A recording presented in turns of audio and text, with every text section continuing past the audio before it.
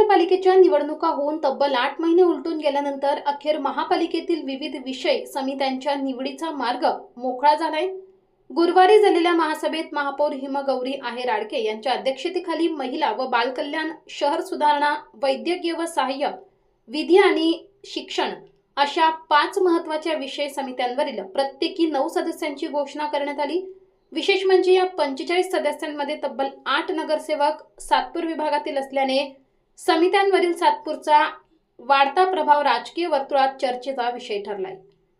महिला व बालकल्याण समितीवर प्रभाग 9च्या नगरसेविका भारती धिवरे आणि प्रभाग 10च्या नगरसेविका इंदुमती नागरे यांची निवड करण्यात आली आहे। शहर सुधारणा समितीवर प्रभाग 8च्या नगरसेविका उषा बेंडकोळी यांना संधी मिळाली आहे, तर वैद्यकीय व सहाय्य समितीवर प्रभाग क्रमांक 11च्या नगरसेविका सविता काळे यांची निवड झाली आहे। विधी समितीवरही सातपूर विभागाचे प्रतिनिधित्व ठळकपणे दिसून आले। प्रभाग 8च्या नगरसेविका अंकिता शिंदे आणि प्रभाग 10चे नगरसेवक विश्वास नागरे यांची विधी समितीवर वर्णी लागली आहे। शिक्षण समितीवर प्रभाग 11च्या नगरसेविका सोनाली बंदुरे आणि प्रभाग 26च्या नगरसेविका नैना जाधव यांची निवड करण्यात आली आहे। विशेष म्हणजे सातपूरच्या 5ही प्रभागांमधील नगरसेवकांना या विषय समित्यांवर प्रतिनिधित्व मिळाले आहे। त्यामुळे केवळ समित्यांची घोषणा झाली नसून महापालिकेच्या विषयावर निर्णय प्रक्रियेत सातपूर विभागाला एकाच वेळी मोठे प्रतिनिधित्व मिळाल्याचे चित्र निर्माण झाले आहे।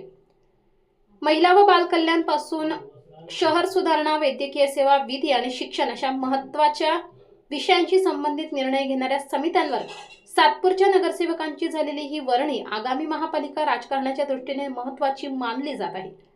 45 सदस्यांच्या समित्यांमध्ये 8 नगरसेवक सातपूरचे असल्याने महापालिकेच्या निर्णय प्रक्रियेत सातपूरचा आवाज आता किती बुलंद होतो याकडे नाशिककरांचे लक्ष लागले आहे।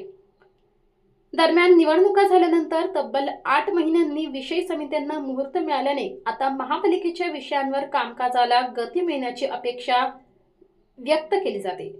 मात्र समित्यांवरील प्रतिनिधित्वाच्या निमित्ताने सातपूरने महापालिकेच्या राजकीय पटलावर आपले वजन दाखवून दिल्याची चर्चा सध्या राजकीय वर्तुळात रंगली आहे।